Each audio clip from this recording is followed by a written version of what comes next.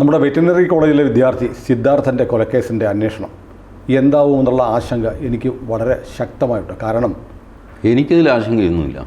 എനിക്ക് ഉറപ്പാണ് ആ കേസ് തേഞ്ഞു മാഞ്ഞു പോകും. അത് തന്നെയാണ് എനിക്ക് തോന്നുന്നത്. കാരണം 2018 ജൂലൈ 2 അഭിമന്യു കൊല്ലപ്പെട്ടത്. അഭിമന്യുവിനെ കൊല്ലാൻ ഉപയോഗിച്ച കത്തി ഇതുവരെ കണ്ടുകിട്ടിയിട്ടില്ല. ഒരു പ്രധാന പ്രതിയെ കിട്ടിയതല്ല, കോവിഡ് കാലത്ത് പട്ടിണി കിടന്ന് വിഷമിച്ച് അയാൾ കോടതിയിൽ വന്ന് കീഴടങ്ങിയതാണ്. ഇപ്പോൾ ഇതാ കിട്ടിയ തെളിവുകൾ ചേർത്ത് ഒരു കുറ്റപത്രം ഉണ്ടാക്കി കോടതി കൊടുത്തു. 2 വർഷമായിട്ട് അതും കാണാനില്ല. NIA വന്ന് തപ്പിയപ്പോഴാണ് ഈ രേഖകൾ കാണാനില്ല എന്ന് മനസ്സിലാവുന്നത്. അപ്പോൾ CPMന് വളരെ വേണ്ടപ്പെട്ട എന്ന് നമ്മൾ കരുതുന്ന അഭിമന്യുവിൻ്റെ കേസ് ഇങ്ങനെയാണെങ്കിൽ CPMന് ചതുർത്ഥിയായ സിദ്ധാർത്ഥൻ്റെ കൊലക്കേസ് എങ്ങനെ അട്ടിമറിക്കപ്പെടാതിരിക്കും? അട്ടിമറിക്കും എന്നുള്ളത് ഉറപ്പില്ല. ഇപ്പോൾ ഈ പിടിച്ച പ്രതികളാണോ ഒറിജിനൽ പ്രതികൾ? അല്ല, അതിൽ തന്നെ 19 പ്രതികളുണ്ട്. 18 പേരെ ചാർജ് ചെയ്തു. ഒരാളുടെ പേര് ഹാഷിമാണ്. ഹാഷിം എവിടെയാണെന്നും അറിയില്ല. ഹാഷിം പ്രതിയുമല്ല. ഹാഷിം തൊടാൻ പറ്റില്ല. ഹാഷിമാണ്. അല്ല, ഞാൻ ആ ആംഗിളിൽ പറയുകയല്ല. ഞാൻ ആ ആംഗിളിലാണ് പറഞ്ഞത്. ഇതിൻ്റെ ഈ കീ ആൾക്കാരെയൊക്കെ നേരത്തെ മാറ്റും. ഈ ക്രിമിനൽ കേസ് CPM ഫൈറ്റ് ചെയ്യുന്നത് അതിനവർക്ക് ചില ചട്ടങ്ങളുണ്ട്. അത് ചെയ്യേണ്ട വഴി അവർക്ക് കൃത്യമായിട്ടറിയാം. സാക്ഷികളെ ഭീഷണിപ്പെടുത്തുക എന്ന് വെച്ച് കഴിഞ്ഞാൽ തട്ടിക്കളയുന്നതിന് എനിക്കെതിരെ സാക്ഷി പറയും, ഇങ്ങനെയല്ല ചെയ്യുന്നത്. ഇവൻ്റെ അച്ഛനോട് പറയും, അതേ മകൻ എന്തോ പോലീസിൽ മൊഴി കൊടുക്കുകയോ പിടിക്കുകയോ ഒക്കെ ചെയ്യുന്നു, കുഴപ്പമൊന്നുമില്ല. പക്ഷേ ഇതിലൊക്കെ പോയി തലവയ്ക്കണോ? പഠിക്കാൻ പോയി പഠിച്ചിട്ട് പോയാൽ പോരെ. നമ്മൾ പിന്നെ കോടതിയിൽ കയറി ഇറങ്ങി വിഷമിക്കും കേട്ടോ. ഞാൻ പറഞ്ഞതേ ഉള്ളൂ. ചേട്ടനെ ആയതുകൊണ്ട് ഒരു സ്നേഹമുറയ്ക്ക് പറയുകയാണ്. താല്പര്യമൊന്നുമില്ല അല്ലേ? അങ്ങനെ ഒരു വർത്തമാനമുണ്ട്. അപ്പോൾ ഏത് അച്ഛനാണെങ്കിലും ഉണ്ടല്ലോ, ശരിയാണല്ലോ, ചെറുക്കൻ കോടതിയിൽ പോവുക, സാക്ഷി പറയുന്നതിലൂടെ അവരുടെ ശത്രുത സമ്പാദിക്കുക. ചുരുക്കി പറഞ്ഞ് ചെറുക്കൻ്റെ ജീവിതം കുട്ടിച്ചോറാവും. അവനെ വിളിക്കും, എടാ നീ പോലീസിനോട് പറഞ്ഞു? ഞാൻ പറഞ്ഞു, ഞാൻ കണ്ടതാണെന്ന് വെച്ചാൽ ഞാൻ പറഞ്ഞു. പോലീസ് വന്നിരുന്നു കോളേജിൽ. ഇപ്പോൾ പറഞ്ഞിരിക്കട്ടെ, ഇനി നീ ഒന്നും പറയാൻ പോകണ്ട. കോടതിയിൽ നിന്ന് നിനക്ക് സമൻസ് വന്നു കഴിഞ്ഞാൽ നീ പോയിട്ട് ഞാനൊന്നും കണ്ടില്ല അറിഞ്ഞില്ല എന്ന് പറയണം. ഞാൻ നമ്മുടെ ശേഖരൻ വക്കീലിനെ ഏർപ്പാട് ചെയ്യാം. എങ്ങനെ പറയണമെന്ന് വക്കീൽ നിന്നെ പഠിപ്പിക്കും. അത് പറഞ്ഞിട്ട് നീ തടി കഴിച്ചിലാക്കുമോ? ഇതുകൊണ്ടേക്ക് അമ്മ കരയും, നീ എങ്ങും പോകണ്ട, വേണ്ടാത്തതിനൊന്നും പോകണ്ട, അവരൊക്കെ വലിയ ആൾക്കാരാണെന്നൊക്കെ പറഞ്ഞ് ചുരുക്കി പറഞ്ഞ് ഈ ചെറുക്കൻ്റെ വായം മുടിക്കട്ടെ. ഇതാണ് ഈ നമ്മൾ സാക്ഷികളെ ഭീഷണിപ്പെടുത്തിയത്. സാധാരണ ഇതിൽ ഭീഷണിപ്പെടുത്താറില്ല. കാരണം ഭീഷണിപ്പെടുത്തി അവൻ ഉടക്കിയെന്ന് വെച്ചാൽ അതാ ഞാൻ ഇങ്ങനെ പറഞ്ഞു കഴിഞ്ഞാൽ പ്രശ്നമാണ്. സൈക്കോളജിക്കൽ. അതുകൊണ്ട് അവനോടുള്ള സ്നേഹം കൊണ്ടാണ് അവനോട് പറയുന്നത്. വിദ്യാർത്ഥികളെയൊക്കെ ഡീൽ ചെയ്യാൻ നമ്മുടെ കൊച്ചല്ലേ വിദ്യാർത്ഥി അല്ലാത്തവരെ ഇതുപോലെ പറയും, രാമൻ നായരെ തനിക്കെന്ത് കാര്യമെടോ ഇതിലേക്ക് പോയി, എടോ ചത്തവരോ ചത്തു, എന്തിനാ ജീവിച്ചിരിക്കുന്നവരെ ഉപദ്രവിക്കുന്നു, തനിക്കെന്ത് കാര്യം, ചേച്ചി ഒന്ന് പറഞ്ഞു കൊടുക്കുക ചേച്ചി. അവൻ ചേച്ചിയും പറയും, രാമൻ നായരുടെ വാമുണ്ട് കേട്ടു. ഇതാണ് ചെയ്യാറുള്ളത്. പിന്നെ ഈ തെളിവ് നശിപ്പിക്കുക നമ്മുടെ പണ്ട് ഈ ഉണ്ട വിഴുങ്ങി എന്ന് ഗോവിന്ദപിള്ളയ്ക്ക് പേരുണ്ടായിരുന്നു, മള്ളൂർ ഗോവിന്ദപിള്ള. അങ്ങനെയാണ് ഈ 1000 രൂപയും മള്ളൂരും ഉണ്ടെങ്കിൽ ആരെയും കൊന്നു കഴിഞ്ഞാൽ കേസ് മള്ളൂർ ഗോവിന്ദപിള്ളയെ ഏൽപ്പിച്ചാൽ മതി. പുള്ളി ഒരു കേസ് ജയിക്കാനായിട്ട് ഈ വെടിവെച്ച കേസാണ്, അതിലെ ഉണ്ട അത് പരിശോധിക്കാനായിട്ട് പുള്ളിക്ക് വേണമെന്ന് പറഞ്ഞ് കോടതിയിൽ വെച്ചാണ് ഇത് വാങ്ങി. കുറച്ച് കഴിഞ്ഞപ്പോൾ ഉണ്ട കാണുന്നില്ല. പുള്ളി ഇത് വിഴുങ്ങി. ഈ വാദത്തിനും ബഹളത്തിനും ഇടയ്ക്ക് പല വക്കീലന്മാർ പല രീതിയിലാണ് കോടതിയിൽ. ചിലർ നിന്ന് പറയാനുള്ളത് പറയും, ചിലർ ഈ ഹിസ്റ്ററിയോണിക്സ് ഒക്കെ കാണിക്കും. ഈ നാട്ടിൽ അമ്മയ്ക്ക് വിലയില്ലേ, ഒരുത്തന് കൊന്നാൽ ചോദിക്കാൻ ആളില്ലേ, is there rule of law in this country എന്നൊക്കെ പറഞ്ഞിട്ട് ഭീകരമായ ഇതിനിടയ്ക്ക് ഈ ഉണ്ട ഇത്രയല്ലേ ഉള്ളൂ. അങ്ങ് വിഴുങ്ങി തൊണ്ടി വെടിവെച്ച ഉണ്ടയില്ല, എന്ത് ചെയ്യും? കേസ് തള്ളിപ്പോയി. ഇങ്ങനെ ഒക്കെ ചെയ്യും. അപ്പോൾ ഇപ്പോൾ അവർ നമ്മുടെ അഭിമന്യു കേസിലെ സാധനമൊക്കെ അടിച്ചു മാറ്റിയില്ലേ. ഇനിയിപ്പോൾ അഭിമന്യു കേസ് എവിടെ പോകും? ഹൈക്കോടതി പറഞ്ഞു അത് റീകൺസ്ട്രക്റ്റ് ചെയ്ത എവിഡൻസ് റീകൺസ്ട്രക്റ്റ് ചെയ്തതാണ്, ഒറിജിനൽ അല്ലല്ലോ. അത് നിങ്ങൾ ഉണ്ടാക്കിയതല്ലേ, ഉണ്ടായ തെളിവല്ലല്ലോ, ഉള്ള തെളിവുമല്ല, ഉണ്ടാക്കിയ തെളിവാണ്. അതിൻ്റെ വിശ്വാസത്തെ ചോദ്യം അങ്ങനെ അങ്ങ് പോകും. അതുകൊണ്ടാണ് ഞാൻ ഉറപ്പായിട്ട് എടുത്ത വായിക്ക് പറഞ്ഞത്, എനിക്കൊരു ആശങ്കയുമില്ല, സിദ്ധാർത്ഥിൻ്റെ കേസിലെ പ്രതികൾക്ക് ഒരു ചുക്കും സംഭവിക്കാൻ പോകുന്നില്ല. 10-15 ദിവസം റിമാൻഡിൽ അവിടെ ഇവിടെയൊക്കെ കിടന്നു വരും. മജിസ്ട്രേറ്റുമാരുടെ ബലപ്രയോഗത്തിൽ അങ്ങനെ വിടാൻ പാടില്ല ഇവനെന്നൊക്കെ പറഞ്ഞിട്ട് ഒരു 90 ദിവസം റിമാൻഡിൽ കിടക്കുക. ഇങ്ങനെയൊക്കെ സംഭവിക്കും. അപ്പോഴേക്കും മീഡിയയുടെ ഒരു പിന്നാലെ അപ്പോഴത്തേക്ക് വേറൊരു സിദ്ധാർത്ഥിനെ കൊല്ലുമല്ലോ ഇവിടെ. അടുത്ത ആൾ റെഡിയായിരിക്കുമല്ലോ. അല്ലെങ്കിൽ ആന ചവിട്ടി മറ്റേ അങ്ങ് പോകും. മാത്രമല്ല ഇലക്ഷൻ വരാൻ പോവാ, ഓട്ടോമാറ്റിക്കലി ഞാൻ പറയട്ടെ, മറഞ്ഞു അഭിമന്യുവിൻ്റെ കൊലപാതകത്തെ പോലെ തന്നെ സീരിയസ് ആണ് ഈ കോടതിയിൽ നിന്ന് തെളിവുകൾ ഇല്ലാതെയാവുക എന്ന് പറയുന്നത്. ആകെ മനുഷ്യർക്ക് വിശ്വാസമുള്ളൊരു സ്ഥാപനം കോടതിയാണ്. കോടതിയുടെ ബന്ധവസ്ഥയിലിരിക്കുന്ന സാധനം കാണുന്നില്ല എന്ന് പറഞ്ഞാൽ പിന്നെ എന്താ ഈ നാട്ടിൽ നടക്കാൻ പാടില്ലാത്തത്?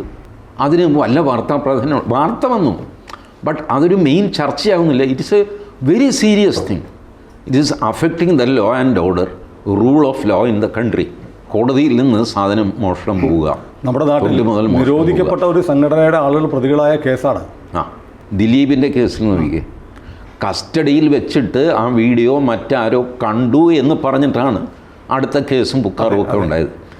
സാധനം അവിടെയുണ്ട്, സാധനം മോഷ്ടിക്കപ്പെട്ടിട്ടില്ല, വേറെ ആരോ കണ്ടു, ഇതാണ്. ഇവിടെ അങ്ങനെയല്ല, ഈ സാധനം അടിച്ചുകൊണ്ട് പോയി, കാണുന്നില്ല, ഒരു കേസ് പോലും രജിസ്റ്റർ ചെയ്തിട്ടില്ല. നാളെ ഈ നടിയുടെ കേസിൽ ആ വീഡിയോ അടങ്ങുന്ന, അത് ലാപ്ടോപ്പാണോ മൊബൈലാണോ എനിക്കറിയാൻ പറ്റില്ല, ആ സാധനം പോയി എന്ന് വെച്ചോ, കഴിഞ്ഞില്ലേ, സംഭവം കഴിഞ്ഞു. ഇത്രയും കാലം കെട്ടിപ്പൊക്കി കൊണ്ടുവന്നൊരു കേസ് ഷൂന്നായി പോകും. അപ്പോൾ ഇതെങ്ങനെ ഈ കോടതികളിലൊക്കെ ഈ പറയുന്ന തീവ്രവാദ സംഘടനയുടെ ആളുകൾ കയറി പറ്റിയിട്ടുണ്ടോ? കയറി പറ്റുകയോ മോഷ്ടിക്കുകയോ എന്തൊക്കെയോ ചെയ്യുന്നുണ്ട്. കൈക്കൂലി കൊടുത്തായിരിക്കാം, ഭീഷണിപ്പെടുത്തിയായിരിക്കാം. അപ്പോൾ അങ്ങനെയാണെങ്കിൽ ഇനിയിപ്പോൾ എത്ര കേസുകൾ ഇനി ഇതുപോലെ വിവരങ്ങൾ പുറത്തു വരാനുണ്ടാവും? അത് ഹൈക്കോടതി തന്നെ അർജൻറ്റായിട്ടൊരു എൻക്വയറിക്ക് ഓർഡർ ചെയ്യേണ്ടതാണ്. സകല കോടതികളുടെയും, വിചാരണ കോടതികളുടെയും ഇത് ചെക്ക് ചെയ്തിട്ട് എവരിത്തിങ് ഈസ് ഇൻടാക്ട് എന്ന് പറഞ്ഞ് ഞങ്ങൾക്ക് റിപ്പോർട്ട് തരണമെന്ന് പറഞ്ഞിട്ട് ഹൈക്കോടതി. ഈ വാർത്ത വന്നിട്ട് 2-3 ദിവസമായി. വളരെ പ്രോംപ്റ്റ് ആയിട്ടുള്ള നടപടി സർക്കാരിൻ്റെ ഭാഗത്തുനിന്നോ ഹൈക്കോടതിയുടെ ഭാഗത്തുനിന്നോ ഉണ്ടായി കാണുന്നില്ല. സത്യമാണ്. വാർത്തയ്ക്ക് വേണ്ടത്ര പ്രാധാന്യവും കിട്ടുന്നില്ല. ഒരു വാർത്ത നമ്മുടെ മാധ്യമങ്ങൾക്കും നമ്മുടെ പൊതുസമൂഹത്തിന് ഇത് ബോധ്യപ്പെടാത്തതുകൊണ്ടാണോ? ബോധ്യപ്പെടാത്തതെന്ന് വെച്ചാൽ ഇതൊക്കെ ഒരു സാധാരണ സംഭവം എന്നുള്ള മട്ടിലായി കഴിഞ്ഞു. ക്രിമിനൽ കേസിൽ ഇങ്ങനെയൊക്കെ സംഭവിക്കും, എനിക്ക് സുനിലിനെ കൊല്ലാം, തെളിവ് നശിപ്പിച്ചാൽ മതി, സാക്ഷികളെ സ്വാധീനിച്ചാൽ മതി, ഇങ്ങനെയൊക്കെയുള്ള ധാരണ. കേട്ടാണല്ലോ ഒരു മന്ത്രി തൊണ്ടിയായിട്ട് നിന്ന് ജട്ടി അടിച്ചു മാറ്റി എന്നുള്ള കേസ്. തൊണ്ടി മുതൽ ഒരു അണ്ടർവെയർ ആയിരുന്നു, അത് വക്കീൽ അടിച്ചു മാറ്റി. ആ വക്കീൽ പിന്നീട് മന്ത്രിയായിരുന്നു. അപ്പോൾ കാലങ്ങളായി നടക്കുന്നൊരു പരിപാടിയാണിത്. അതെ, അത് വക്കീലന്മാരങ്ങനെയൊക്കെ ചെയ്യുന്നു. പക്ഷേ ഇതിനകത്തൊരു രാജ്യസുരക്ഷയുമായി ബന്ധപ്പെട്ടൊരു കാര്യമില്ലേ? കാരണം ഇത് പോപ്പുലർ ഫ്രണ്ടിൻ്റെ വിദ്യാർത്ഥി സംഘടനയാണ്, രാജ്യവിരുദ്ധ സംഘടന ഇതുകൊണ്ട് നിരോധിച്ചിരിക്കുകയാണ്. അപ്പോൾ കേന്ദ്ര സർക്കാരിനോ കേന്ദ്ര ഏജൻസിയോ ഒക്കെ ഒന്ന് അന്വേഷിക്കേണ്ടതല്ലേ? വളരെ സീരിയസ് ആയിട്ട് അന്വേഷിക്കേണ്ട കാര്യമാണിത്. ഞാനതുകൊണ്ടാണ് അമ്പരന്നിരിക്കുന്നത്. ഇതിന് ഒരു ഗൗരവം ആരും കൊടുക്കുന്നില്ല. കാരണം നമ്മളെല്ലാം ജീവിച്ചു പോകുന്നത് നാട്ടിൽ നിയമവാഴ്ചയുള്ളതുകൊണ്ടാണ്. ഈ നിയമവാഴ്ചയുടെ കേന്ദ്ര ബിന്ദു കോടതികളാണ്. ട്രയൽ കോർട്ടിലാണ് ഒരു കാര്യം തുടങ്ങുന്നത്. അത് കഴിഞ്ഞേ ഹൈക്കോടതി സുപ്രീം കോടതിക്ക് വരുന്നുള്ളൂ. ട്രയൽ കോർട്ടിൽ വീണുപോയ ഒരു കേസ് ഹൈക്കോടതിയിലോ സുപ്രീം കോടതിയിലേക്കോ പൊക്കിയെടുക്കാൻ കഠിന, അതും ഈ റെക്കോർഡ് പോയി കഴിഞ്ഞാൽ എന്ത് ചെയ്യും? മൊഴി പോയി, തൊണ്ടി മുതൽ പോയി, ചാർജ് ഷീറ്റ് പോയി. ഇനി ഇതൊക്കെ രണ്ടാമത് ഉണ്ടാക്കുന്നതെന്ന് പറഞ്ഞാൽ ആർക്കും ഓർമ്മയുണ്ട്? പ്രോസിക്യൂഷൻ്റെ പക്കൽ കോപ്പി ഉണ്ടാവില്ലേ? ഉണ്ടാവാം. അയാളില്ല എന്ന് പറഞ്ഞ് ഞാൻ എന്ത് ചെയ്യും? ഞാനുണ്ടായിരുന്നു, ഞാൻ പോലീസ് എനിക്ക് തന്നു, ഞാനത് കോടതിയിൽ കൊടുത്തു, ഞാൻ കോപ്പി വെച്ചിട്ടില്ല. സ്വാഭാവികം. അപ്പോൾ ഏതായാലും കോപ്പി എൻ്റെ കയ്യിൽ ഉണ്ടായിരുന്നു, അതിപ്പോൾ കാണുന്നില്ല. അഭിമന്യു വധക്കേസിലെ പ്രതികൾ രക്ഷപ്പെടുമെന്ന് ഉറപ്പായി. അത് ഏകദേശം ഉറപ്പായി. പക്ഷെ അവിടെ ഒരു മിലിറ്റൻറ്റ് സംഘടന ആയിട്ട് പ്രവർത്തിക്കുന്ന SFI അനങ്ങുന്നില്ലല്ലോ ടി ജി. അവർ PFI എന്ന പേര് മാറ്റി നാളെ. SFI എന്നുള്ള പേര് ഒരു യഥാർത്ഥത്തിൽ ഇതിങ്ങനെ SFI എന്ന് പറഞ്ഞിട്ടൊരു മുഖം മൂടിയിടേണ്ട കാര്യമില്ല. Let us name it as PFI. അല്ല, മഹാരാജാസ് കോളേജിൽ നിന്ന് കൈനീട്ടിയാൽ നമ്മുടെ എറണാകുളം കോടതി സമുച്ചയത്തിൽ തൊടാം.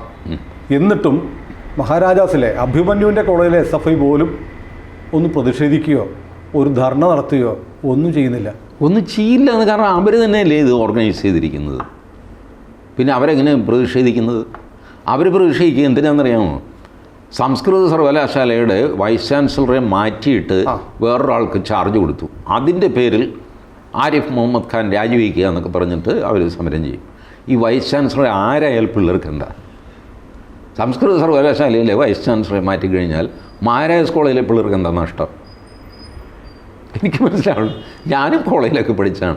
വൈസ് ചാൻസലർ ആരായിരുന്നു എനിക്ക് ഓർമ്മയില്ല, ഞാൻ അന്വേഷിക്കാറുമില്ല. എന്ത് കാര്യം വൈസ് ചാൻസലറുടെ? നമുക്ക് അവസാനം ഡിഗ്രി സർട്ടിഫിക്കറ്റ് കിട്ടി കഴിയുമ്പോൾ അതിനകത്തൊരു ഒപ്പ് കാണാം, ഷൂ എന്ന് പറഞ്ഞിട്ട്. അപ്പോഴാണ് നമ്മൾ, അല്ലെങ്കിൽ ഏറിയാൽ കൺട്രോളർ ഓഫ് എക്സാമിനേഷൻസ്, അതിനപ്പുറം വിദ്യാർത്ഥികൾക്ക് ഒരു കാര്യമില്ല. VC കൊണ്ട് സെനറ്റ്, സിൻഡിക്കേറ്റ്, VC, അത് വേറൊരു എന്താണെന്ന് പോലും വിദ്യാർത്ഥികളുടെ ഭൂരിപക്ഷത്തിനും അറിയില്ല. ഞാൻ അന്വേഷിച്ചില്ല, ഇപ്പോഴുള്ള വിദ്യാർത്ഥികൾക്കും അറിയില്ല എന്താണ് സെനറ്റ് എന്താ ചെയ്യുന്നത്, സിൻഡിക്കേറ്റ് എന്താ ചെയ്യുന്നത്. പക്ഷേ അത് വലിയ കഷ്ടമാണ്. ഇതിൽ ഇവർ പറയുന്നത് ഭരണസ്തംഭനം ഉണ്ടാകും. എന്ത് ഭരണം? സുനിലിനറിയാമോ, ഈ വൈസ് ചാൻസലർ എന്ന് പറയുന്ന ആൾ ഒരു 15 ദിവസം അവിടെ പോയില്ലെങ്കിൽ ഒരു ചുക്കും വരാനില്ല. ഒരു വേസ്റ്റ് അല്ലേ? ഇങ്ങനൊക്കെ ഈ ഡിഗ്രി സർട്ടിഫിക്കറ്റ് ഒപ്പിട് അതൊക്കെ ഇപ്പം ഇലക്ട്രോണിക് ആക്കി ഇതാക്കി കഴിഞ്ഞു. ഓരോ സർട്ടിഫിക്കറ്റ് എടുത്ത് ഒപ്പിടുന്ന കാലമൊന്നുമല്ല ഇപ്പോൾ. പിന്നെ വൈസ് ചാൻസലർക്ക് എന്താ പണി? ഏതെങ്കിലും മീറ്റിങ്ങിൽ അതിൽ അധ്യക്ഷനായിട്ടിരിക്കുക. ആ മീറ്റിംഗ് 10 ദിവസം കഴിഞ്ഞ് നടന്നാലും മതി. സർവകലാശാലയുടെ ഒരു കാർ കയറി സഞ്ചരിക്കുക, യൂണിവേഴ്സിറ്റിയിൽ registrar, assistant registrar, control of examinations, ഇവരൊക്കെ അവർ 15 ദിവസം ഇല്ലെങ്കിൽ വിഷമിക്കും, വിവരം അറിയും. ഡൗൺ ദ ലൈൻ വലിയ പ്രശ്നമുണ്ടാകും. അപ്പോൾ ഇങ്ങനത്തെ കാര്യത്തിനൊക്കെ വഴക്കുണ്ടാക്കുന്ന വിദ്യാർത്ഥികൾ, വിദ്യാർത്ഥി സംഘടനകൾ ഈ അഭിമന്യുവിൻ്റെ കംപ്ലീറ്റ് തെളിവ് നശിച്ചുപോയി എന്ന് പറഞ്ഞിട്ട് അനക്കമുണ്ടോന്നില്ല. ഇപ്പം ഞാൻ പെറ്റ മകനെ എന്ന് പറഞ്ഞാൽ ആരും കരയുന്നില്ല. അമ്മ കരയുന്നുണ്ടാവും. ആ അമ്മയാണ് അന്നും കരഞ്ഞത്, ഞാൻ പെറ്റ മകനെന്ന്. അവരുടെ വാക്കാണ്. ഈ കോളേജിനകത്ത് അഭിമന്യുവിൻ്റെ പേരിൽ എന്തോ ഒരു പ്രതിമയായിട്ട് ഉണ്ടാക്കി വെച്ചിട്ടുണ്ട്. പുറത്ത് അഭിമന്യു കുത്തേറ്റ വീണ സ്ഥലത്ത് ആ മതിലിൽ ഒരു ഗ്ലാസ് ഒട്ടിച്ചു വെച്ചിട്ടുണ്ട്. അതോടെ SFIയുടെ അഭിമന്യുവിനുള്ള സ്നേഹവും കൂറും കടപ്പാടും അപ്പോഴത്തെ വികാരാവേശത്തിൽ ചെയ്യുന്നതാണെന്ന്. That it's all temporary. അത് ദീർഘനേരം നിൽക്കില്ല. സ്വാഭാവികമാണ്. ആര് മരിച്ചു കഴിഞ്ഞാലും നമുക്ക് എന്നും കരഞ്ഞുകൊണ്ടിരിക്കാൻ പറ്റുമോ? കേസ് അട്ടിമറിക്കുന്നു എന്ന് പറയുമ്പോൾ സ്വാഭാവികമായിട്ടും രോഷം വരേണ്ടത്. അതാണ് മഹാരാജാസിലെ SFIക്കാർ ഒരു പന്തലൊക്കെ SFIക്ക് രോഷം. മറ്റ് വിദ്യാർത്ഥി സംഘടനകൾ എന്ത് ചെയ്യുന്നു? MSF ഉണ്ട്, KSU ഉണ്ട്, ABVP ഉണ്ട്. അവർ പ്രതിഷേധിക്കണ്ടേ? അവരാണ് ഇതൊക്കെ കോടതി അത് കഴിഞ്ഞു. SFIക്ക് വേണ്ടെങ്കിൽ പിന്നെ ABVPക്ക് എന്താ? അതുകൊണ്ടല്ല, ഈ റൂൾ ഓഫ് ലോ നിലനിൽക്കുക. ഒരു വിദ്യാർത്ഥിയാണല്ലോ അഭിമന്യു, SFIക്കാരനായിരുന്നു. അതുകൊണ്ട് ഇനി അവൻ ചത്താലും കൊന്നാലും ഞങ്ങൾക്കൊന്നുമില്ല എന്നൊരു നിലപാട് വിദ്യാർത്ഥി സംഘടന എടുക്കാൻ പാടില്ല. തത്വത്തിൽ അത് ചെയ്യരുത്, പ്രത്യേകിച്ച് SFI കൈയൊഴിഞ്ഞിരിക്കുമ്പോൾ. അതെ. മാത്രമല്ല ഇത് ക്യാമ്പസ് ഫ്രണ്ടിൻ്റെ ഓപ്പറേഷനായിരുന്നു താൻ. So it is all the more incumbent on KSU and ABVP to take up this issue. അവർ ടേക്കപ്പ് ചെയ്ത് കഴിഞ്ഞാൽ ഹൈക്കോടതിയും ഒക്കെ ചൂടാവും. ഇത്തവണ എല്ലാവരും പറയും this is a real issue, വിദ്യാർത്ഥികൾ ടേക്കപ്പ് ചെയ്യേണ്ട ഇഷ്യൂ ആണെന്ന് പറയും. മറ്റത് വൈസ് ചാൻസലർമാരെയും മോദിയുടെ ഫാസിസം, ഇതിലേക്ക് വിദ്യാർത്ഥിക്ക് എന്താ കാര്യം? ഒരു കാര്യമില്ലാത്ത കാര്യത്തിന് സമരം ചെയ്യും, വേണ്ടതിനും ചെയ്യുന്നില്ല. അതാണ് കഷ്ടം. ഏതായാലും ഞാൻ പറ്റ മകനെ എന്ന് ജീവിതകാലം മുഴുവൻ കരയാൻ ഇടുക്കിയിലെ ഒരു അമ്മയ്ക്ക് ഒരു ദുർവിധി വന്നിരിക്കുന്നു. ആ ദുർവിധി അങ്ങനെ തുടരും. കഷ്ടം. കൂടുതൽ വാർത്തകളും വിശേഷങ്ങളും നിങ്ങളിലേക്ക് എത്താൻ ABC മലയാളം സബ്സ്ക്രൈബ് ചെയ്യുക, ബെൽ ബട്ടണും അമർത്തുക.